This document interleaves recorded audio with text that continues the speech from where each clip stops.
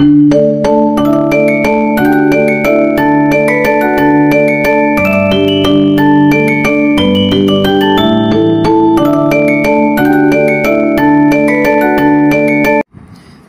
স্কুলের পক্ষ থেকে সবাইকে স্বাগত। আজকে আমরা বাংলাদেশ বিশ্ববিদ্যালয়ের সংবিধানের কিছু গুরুত্বপূর্ণ অনুচ্ছেদ সম্পর্কে জানব, কিভাবে অল্প সময়ে আমরা অনুচ্ছেদগুলো মনে রাখতে পারি সেই কৌশল আজকে শেখাবো। আমরা জানি যে বাংলাদেশ সংবিধানের মোট অনুচ্ছেদ রয়েছে 153টি। এর মধ্যে কিছু গুরুত্বপূর্ণ অনুচ্ছেদ। প্রথমে 1 নম্বর অনুচ্ছেদ হলো প্রজাতন্ত্র। আসলে একটা দেশের সংবিধান বা একটা দেশ সম্পর্কে জানতে গেলে প্রথমে আগে প্রজাতন্ত্র সম্পর্কে জানতে হয় বা ওই দেশকে সম্পর্কে জানতে হয়, যার কারণে 1 নম্বর অনুচ্ছেদটাই হলো আমাদের প্রজাতন্ত্র। অর্থাৎ আমাদের সংবিধান সম্পর্কে জানতে গেলে আগে প্রজাতন্ত্র সম্পর্কে জানতে হবে, এজন্য এটা 1 নম্বর।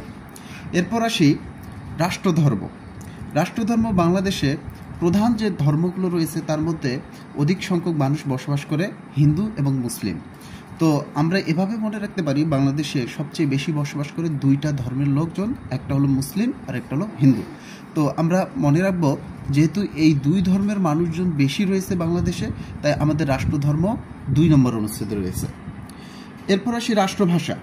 রাষ্ট্রভাষা যদি আমরা চিন্তা করি কিভাবে মনে রাখবো, তাহলে আমরা শহীদ মিনারের কথা যদি চিন্তা করি, যেহেতু রাষ্ট্রভাষা সংগ্রামের প্রতীকী আমরা শহীদ মিনার হিসেবে শহীদ মিনার প্রতিষ্ঠা করা হয়েছে। তো সেই ক্ষেত্রে শহীদ মিনারের যদি সিম্বলটা আমরা দেখি এরকম এরকম এরকম, তো তিনটা মাঝখানে যেটা আছে সেটা হলো 3টা এরকম খাম্বা। তো এটা থেকে আমরা মনে রাখতে পারি যে এটা রাষ্ট্রভাষার জন্য যারা জীবন দিয়েছেন তাদের প্রতি সম্মানার্থে এটা যেহেতু নির্মাণ করা হয়েছে, তাহলে এখানে 3টা খাম্বা রয়েছে। সেক্ষেত্রে আমরা 3 দিয়ে মনে রাখতে পারি যে রাষ্ট্রভাষা হলো বাংলাদেশ সংবিধানের 3 নম্বর অনুচ্ছেদে রয়েছে রাষ্ট্রভাষা। তাহলে এটা আমাদের মনে থাকবে। এরপর আসি জাতীয় সঙ্গীত, পতাকা ও প্রতীক। এটা হলো 4 নম্বর অনুচ্ছেদে। এটা আমরা কিভাবে মনে রাখবো? আমরা জানি যে জাতীয় সঙ্গীতের রবীন্দ্রনাথের যে কবিতা রয়েছে সেখান থেকে প্রথম 10 লাইন হলো আমাদের জাতীয় সঙ্গীত, কিন্তু রাষ্ট্রীয় যে কোনো অনুষ্ঠানে গাওয়া হয় 4 লাইন আমরা গেয়ে থাকি, প্রথম 4 লাইন। তো এক্ষেত্রে আমরা মনে রাখতে পারি যে কোনো রাষ্ট্রীয় অনুষ্ঠানে আমরা যেহেতু 4 লাইন গাই, তাহলে আমাদের জাতীয় সঙ্গীতটা রয়েছে বাংলাদেশ সংবিধানের 4 নম্বর অনুচ্ছেদে। আবার অন্যভাবেও যদি মনে রাখি, বাংলাদেশের যে হলো প্রতীক রয়েছে, প্রতীক, জাতীয় প্রতীক, এখানে 4টে তারকা রয়েছে, 4টে তারকা। এই যে 4টে তারকা, এখান থেকে মনে রাখতে পারি যেহেতু প্রতীকে 4টে তারকা রয়েছে, তাহলে আমাদের জাতীয় প্রতীক হলো 4 নম্বর অনুচ্ছেদে। এবার আসি রাজধানী।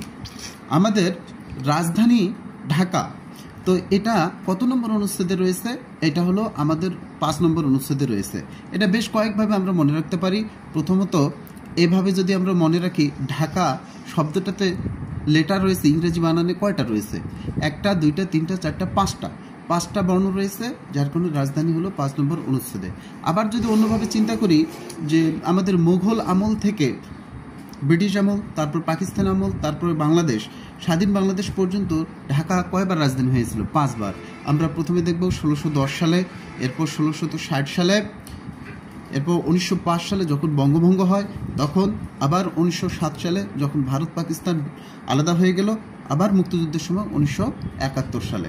তো এই 5 বার ঢাকা বাংলাদেশের রাজধানী হয়, যার কারণে আমরা মনে রাখতে পারি যে রাজধানী সংবিধানের 5 নম্বর অনুচ্ছেদে রয়েছে। এরপর আসি 6 নম্বরে রয়েছে নাগরিকত্ব। এটা আমরা কিভাবে মনে রাখবো? নাগরিকত্ব বানানটাতে দেখেন কয়টা বর্ণ রয়েছে? 1টা 2টা 3টা 4টা 5টা 6টা, এই যুক্ত বর্ণ এখানে 2টা বর্ণ রয়েছে। এক্ষেত্রে আমরা মনে করতে পারি নাগরিকত্ব 6 নম্বর অনুচ্ছেদে রয়েছে। এভাবে যদি আমরা একবার পড়তে পারি, তাহলে আর কখনো ভুল হবে না, পরীক্ষায় কনফিউশন হবে না। ধন্যবাদ সবাইকে।